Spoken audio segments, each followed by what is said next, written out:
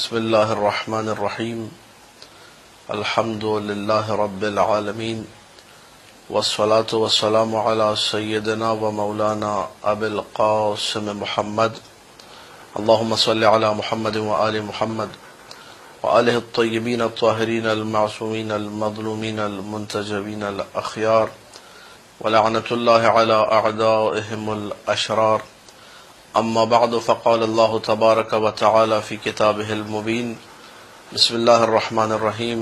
قل جاء الحق وزهق الباطل إن الباطل كان زهوقا. ناظرین کرام، ماہ مبارک شعبان وہ بہترین مہینہ ہے جسے آل محمد سے نسبت ہے، محمد مصطفیٰ صلی اللہ علیہ وآلہ وسلم سے نسبت ہے، اور خود اللہ سبحانہ و تعالی سے بھی اس مہینے کو نسبت دی گئی ہے۔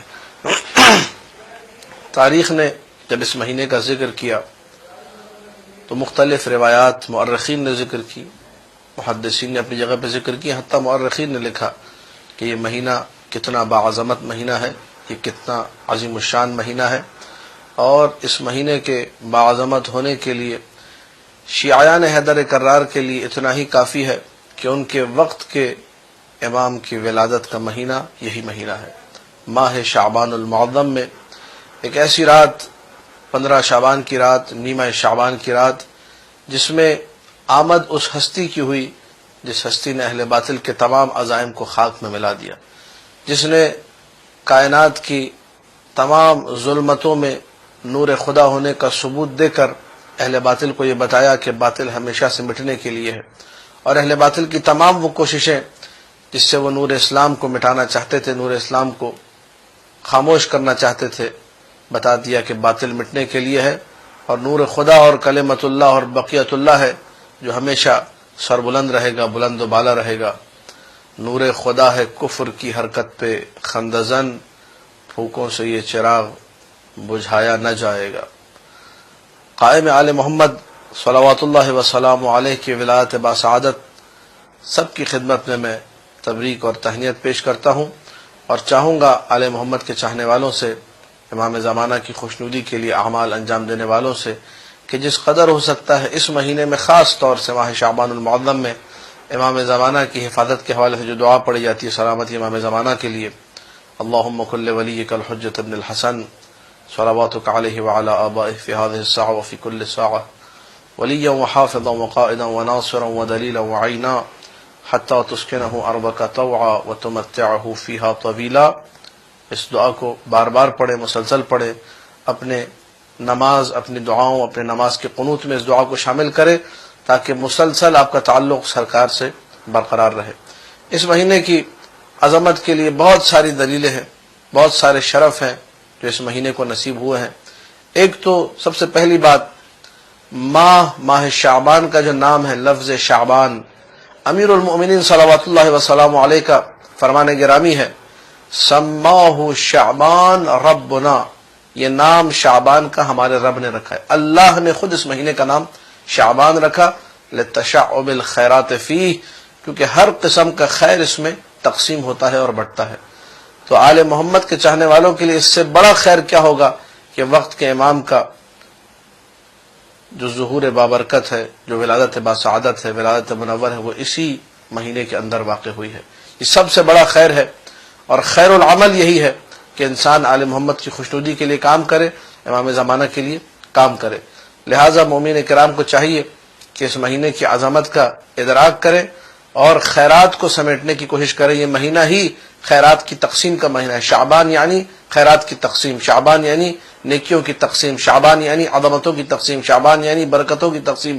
ان کو انسان سمیٹے، وسیلہ بنائے امام زمانہ کو۔ وَبِيُمْنِهِ رُزِقَ الْوَرَى، امام زمانہ کی برکت، ان کے یمن یعنی برکت، برکت کی وجہ سے ساری کائنات کو رزق ملتا ہے۔